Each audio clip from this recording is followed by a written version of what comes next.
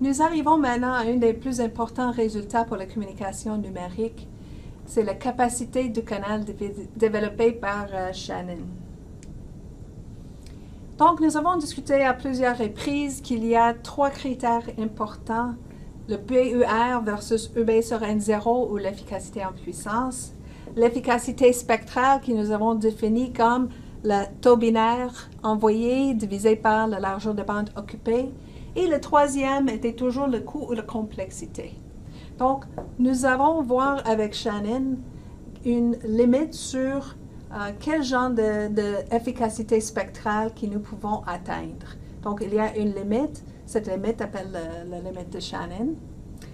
Mais c'est ce qui n'est pas dit, c'est comment atteindre cette limite-là.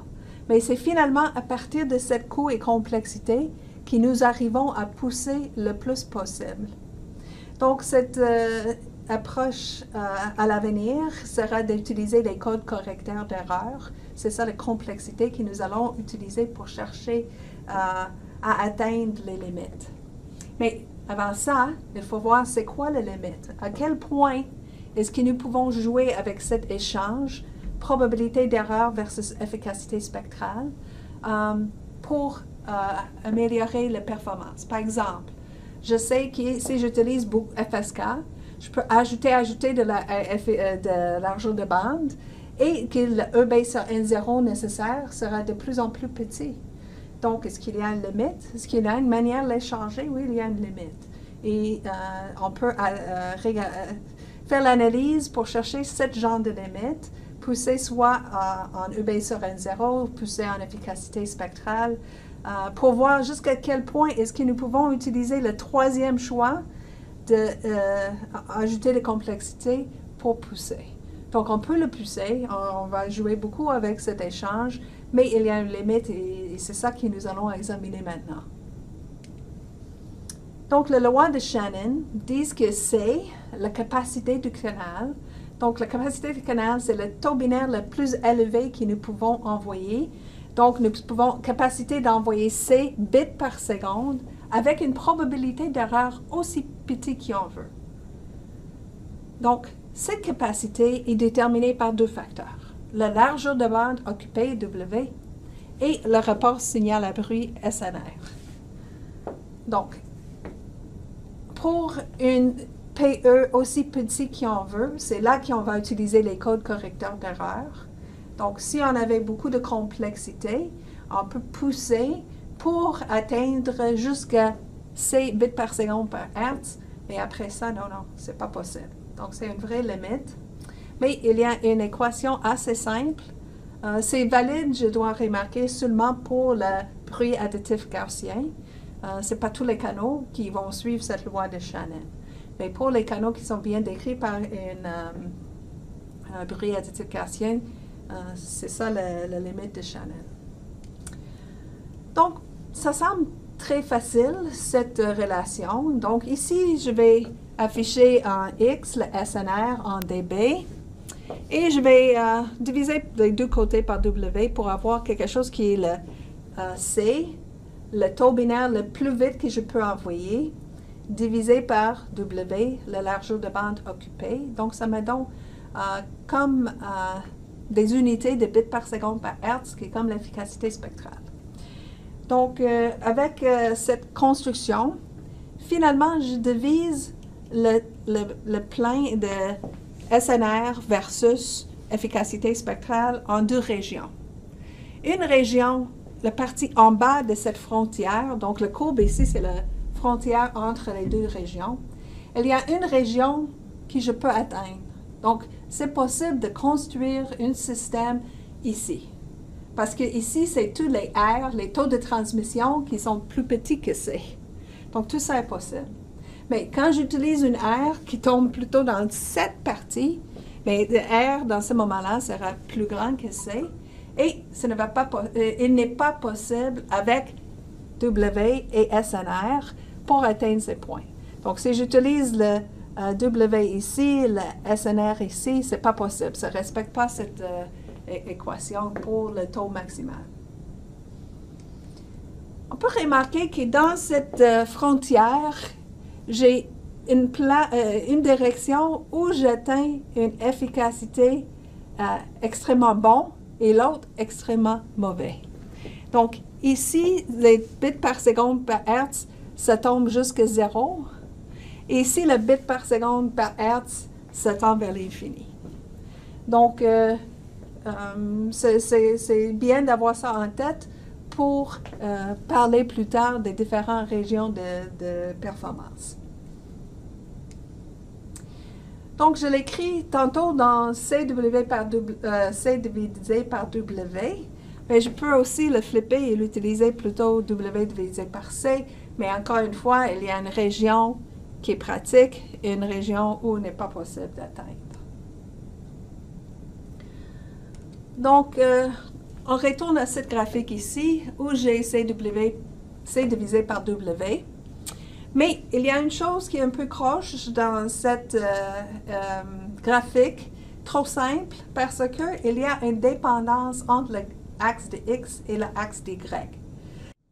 Pour W qui agrandissent, si j'ai plus de largeur de bande, mais si j'ai plus de largeur de bande, j'ai le bruit additif gaussien qui est avec une certaine densité spectrale pour le F. Donc, plus que W est grand, je vais admettre plus de bruit. Donc, plus que W agrandisse, plus que le SNR va descendre. Donc, il y a une dépendance entre X et Y. Donc, je vais essayer d'éliminer ça, et la manière d'éliminer, c'est plutôt de le mettre en EB sur N0. À ce moment-là, le W ne sera pas parti. Donc, voici la forme alternative pour la loi de Shannon. Nous allons encore une fois travailler sur C divisé par W. Et ici, j'écris le rapport signal à bruit comme S divisé par largeur de bande fois la densité spectrale de bruit, de puissance du bruit. Donc ici, nous allons l'évaluer à la frontière.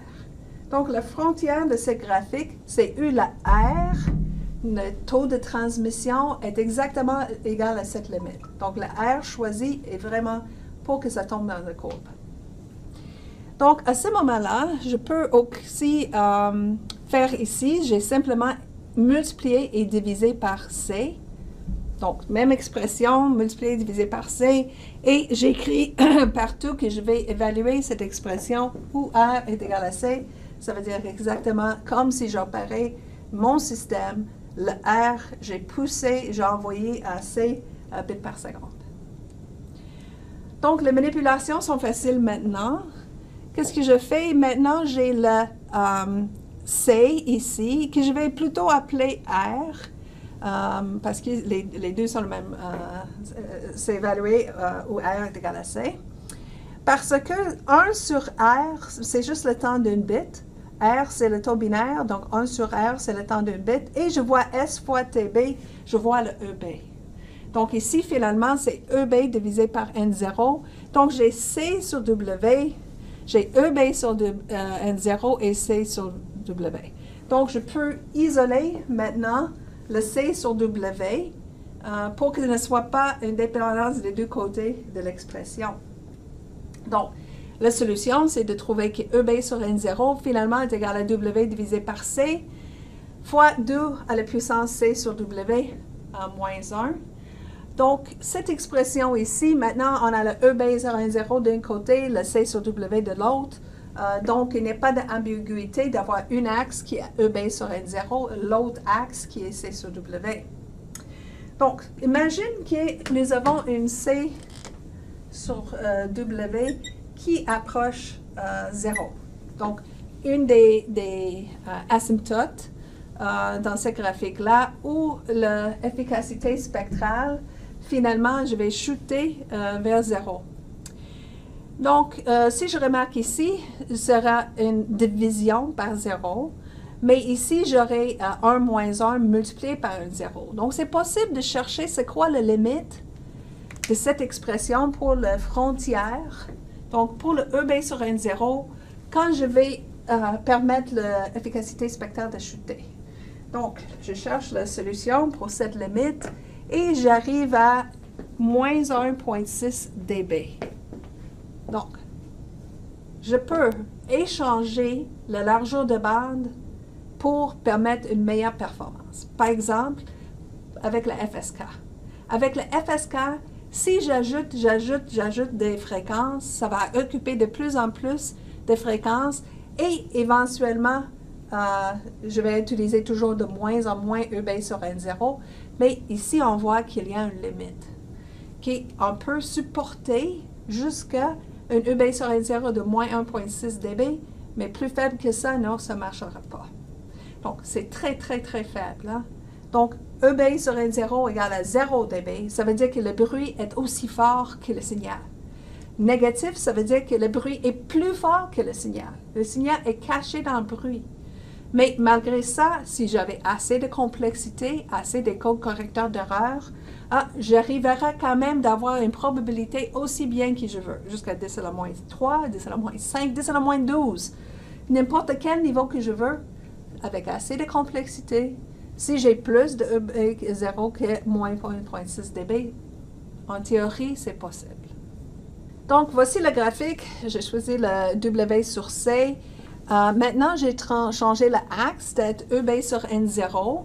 Donc, j'ai l'expression, le graphique ici qui est la courbe et on remarque l'asymptote ici. Donc, plus que eta tend vers 0, on va arriver à cette asymptote qui est à moins 1,6 dB. Donc, je peux aussi l'écrire comme R sur W ici. Et l'axe encore, j'ai changé pour E base sur N0. Et maintenant, la partie où eta, l'efficacité tend vers 0, c'est plutôt en bas.